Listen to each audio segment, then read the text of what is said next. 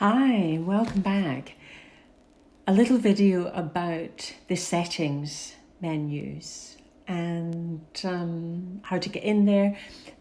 You'll see settings on a TM5. It's obviously a bigger screen on the 6, so I'm going to work from this one.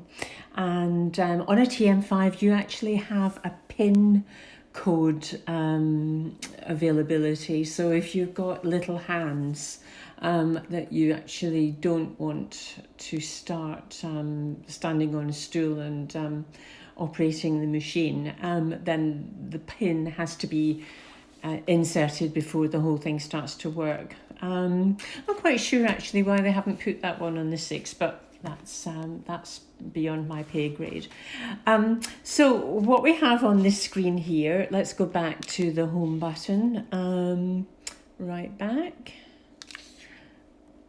We're in it. We've got my recipes, my week, recently cooked, and settings. So this little video is all about settings. When you got your Thermomix, the default would be English and the United Kingdom region. And then one of the first things you did was to set it up to your home Wi-Fi.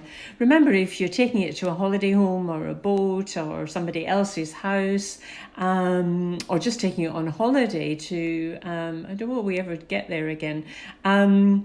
Then obviously you connect to that particular Wi-Fi. If you're struggling with Wi-Fi settings in someone else's home and you are able to set up on a telephone hotspot, then that will probably do the trick for pulling down guided cooking and so on and so forth. In your Cookie-Doo account, you've got all the details of whether your Cookie-Doo is active and so on, and therefore if you're having trouble connecting to your Cookie-Doo account, and this is, this is obviously out of date, which obviously mine isn't, then that's a hint to go back in and make sure you've paid your subscription.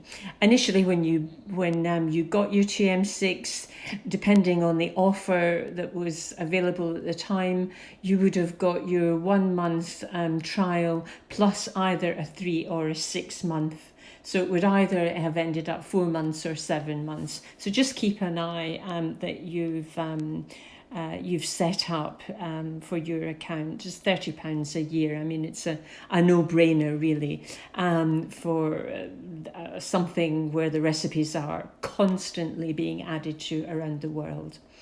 So that's your Cookie-Doo account. The one that I think some of you might have missed if you haven't been here for my visits is sounds. Personally, and this is just personal taste, mine I have put to low because frankly I don't want all that going on in my life.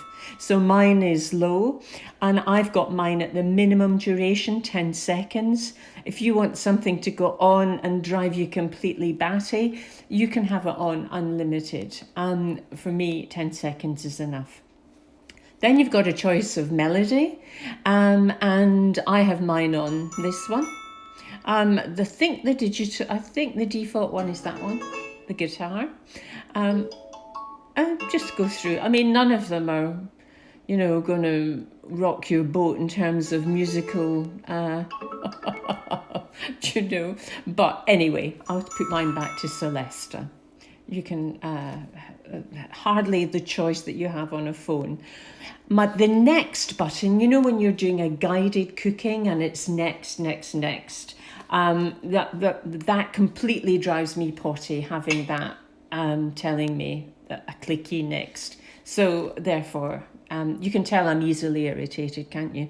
Actually, what you can tell is I'm always on my Thermomix, so I really don't need that. So I have mine off on the next button. So if you've never come across this screen before, that's it. That's the sounds. And the next one is the display. Whether you like it uber bright, while I'm filming this, it's very, very light to my back. So that's all going to go crazy now. I like mine low because I'm kind of dark screen person. for all my devices. And then I think I showed you on a previous video that you can change your system of measurement from the default metric, which you'll have on a UK machine, to imperial and back again. So that's there to help you too. You'll have presumably, I think you'll have to have signed a privacy data usage thing, where if you would like Thermomix Vorwerk to, which I have already done, to basically keep track of, honestly, compared to what Google keep track of, it's nothing. What it does is, of course, when you see most cooked on that, if you look on the Cookie-Doo for some of the things that they flag up as the most cooked this week or the most cooked this month, it's this kind of data that they're using clearly for that. But if you click no, they won't know if you make chocolate milkshakes every day. When there's a Thermomix update, as there was quite recently, then when you turn the machine on, it will say, can we update it now, or do you want it done later? Obviously, if you haven't done it at the time because you desperately wanted to use your machine rather than sacrifice the update time, then make sure you go in later and search for updates and get the update done then. You can probably see that that's the version you should have at the moment, 1.6.5-2. You don't need all the rest of it. So, you might just want, when you're watching this video, to go and check that that's what you've got. If you have a situation where, with all, technical, digital equipment, they sometimes get themselves in a funk. I mean, the best, the most expensive, it happens. And we have a saying, don't we, about turn it off and turn it on. If the turn it off and turn it on and a bit of shouting doesn't help, then there is the option of a factory reset. Don't worry. Please don't worry. You are not going to lose all your recipes that are on your Cookie-Doo, because a bit like your Audible subscription or your Kindle subscription or your photographs in the cloud, it's not in the machine, it's not in the hardware. So therefore, resetting the hardware is absolutely carries no risk whatsoever to you losing information.